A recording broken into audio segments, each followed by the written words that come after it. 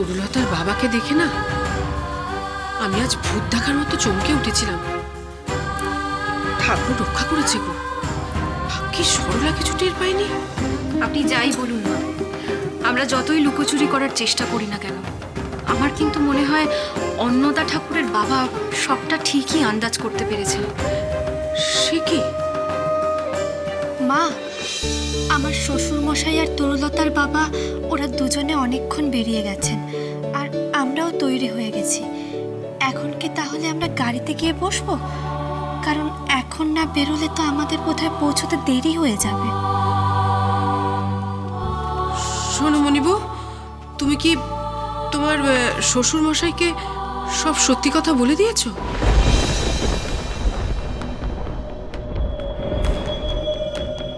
কি হলো, চুপ করে আছো কেন?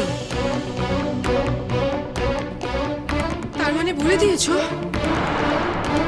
ছি ছি ছি ছি ছি, তোমার শ্বশুর মশাই গিয়ে তরুলতার বাবাকে সব বলে দেবে, সবটা জানাজানি হয়ে যাবে। আমাদের পরিবারের মান সম্মানের কথা একবারও ভেবে দেখলে না মনিবু? আপনার এমনটা কেন মনে হলো মা, যে আমি এই বাড়ির মানুষজনকে অসম্মানের মধ্যে ফেলবো? তা আমি কখনো করতে পারি? আমি আমার শ্বশুর মশাইকে কিছুই বলিনি, কিন্তু উনি বিচক্ষণ মানুষ। আমাদের হাবভাব দেখে উনি সবটাই আন্দাজ করে নিয়েছেন। উনি যে সব সত্যিটা বুঝতে পেরেছেন তা যাওয়ার আগে আমাকে জানিয়েও গেছেন। কিন্তু মনিবউ, আমরা তো ঘুণাক্ষরেও তাকে কিছু বলিনি, তাহলে উনি বুঝলেন কি করে? তাহলে কি তরুলতা সবটা বলেছে, তাই না? ছোটবেলায় শুনেছিলাম যায় যায় কখনো মিল হয় না। ব্রাহ্ম পরিবারের শিক্ষিত মহিলা আমার বড় যা, সেও এই একই পথে পা বাড়ালেন। আমাকে এত অসহ্য না, সব অপরাধ আমার উপরেই চাপাতে চান। সতীনের সঙ্গে তো ভাব হয়ে গেল, কিন্তু চায়ের সঙ্গে হলো না।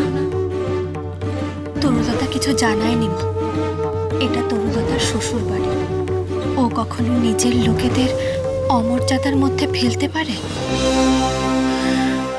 তরুলতার বাবা আর আমার শ্বশুর মশাই যতক্ষণ এখানে ছিলেন, আমরা সবাই ওদের সামনে যে লুকোচুরির খেলা খেলেছি, তাতে যে কোনো বুদ্ধিমান মানুষই সব বুঝতে পারবে।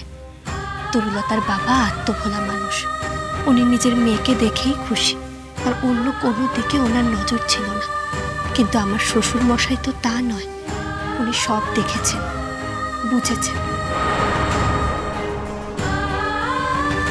মা, আপনি চিন্তা করবেন না, আমার শ্বশুর মশাই তরুলতার বাবাকে কিচ্ছু বলবে না। কারণ এতে শুধু এই পরিবারের অসম্মান নয়, তরুলতার বাবাও খুব আঘাত পাবে।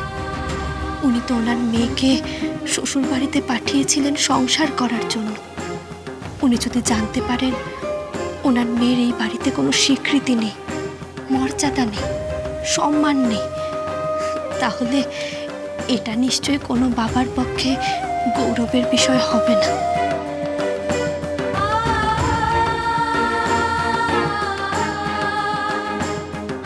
এই কঠিন ঠাইয়ের দুনিয়ায় আমার যদি কোনো আশ্রয় থাকে, সে তো তুমি বৌদি। মেয়ে মানুষের জীবন পদ্মপাতায় জল, আমার পদ্মপাতা হয়ে শুধু তুমিই আছো বৌদি। তোমাকে আর নতুন করে মিথ্যে সাজানোর দরকার নেই সচিন, আমরা সবাই সবকিছু জানি। আমি অনেক আগেই সত্যিটা বলতে চেয়েছিলাম বাবা, কিন্তু সাহসে কুলোয়নি। কিন্তু তোমার ভয় যে জটিলতা আরো বাড়িয়ে দিয়েছে সচিন। তোমার উচিত ছিল অন্নদার গ্রামে যখন ঘটনাটি ঘটে তখন সেখানে আরো কিছুদিন থেকে চিঠি লিখে আমাদের সম্পূর্ণটা জানানো। আমরা সেখানে গিয়ে কিছু একটা ব্যবস্থা করতে পারতাম। গিরিশ, বিশ্বাস করো, তখন পরিস্থিতি সেরকম ছিল না। যাকে যাকে যা আবার হয়েছে, কত সুসূচনা নাস্তি। তোমার কীর্তি সামলানোর জন্য এখন আমাদের সবাইকে হাতরাসে অন্নদার কাছে দৌড়াতে হচ্ছে। সরলা ছাড়া এখন বাড়ির সবাই সবকিছু জানে। কালকে অনেক কষ্টে তরুলতার বাবাকে বুঝিয়ে ঠেকানো গেছে। উনি কি সরলাকে সবকিছুই?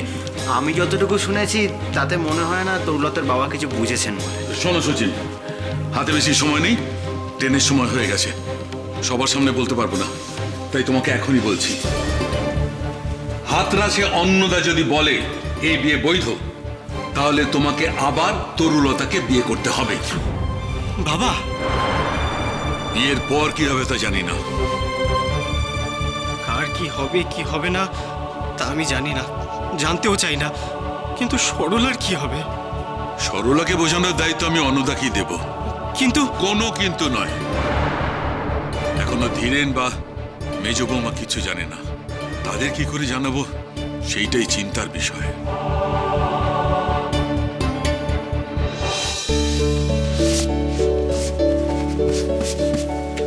এই তো ঠাকুর চলে এসেছেন। নিন, আমি আপনার বিছানা গুছিয়ে দিয়েছি, এরপর আপনি তাড়াতাড়ি ঘুমিয়ে পড়ুন। কাল সকালেই তো কলকাতা থেকে আবার ওরা চলে আসবে। আমার জন্য আপনাকে তো ব্যস্ত হতে হবে না।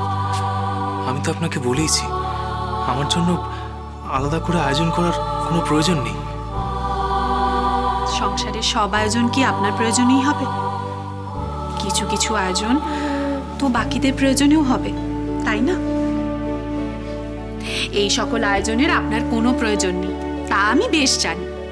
আপনি সন্ন্যাসী মানুষ, গাছের তলায়, পথের ধারে, গুহায় রাত কাটিয়ে অভ্যস্ত, স্বচ্ছন্দ।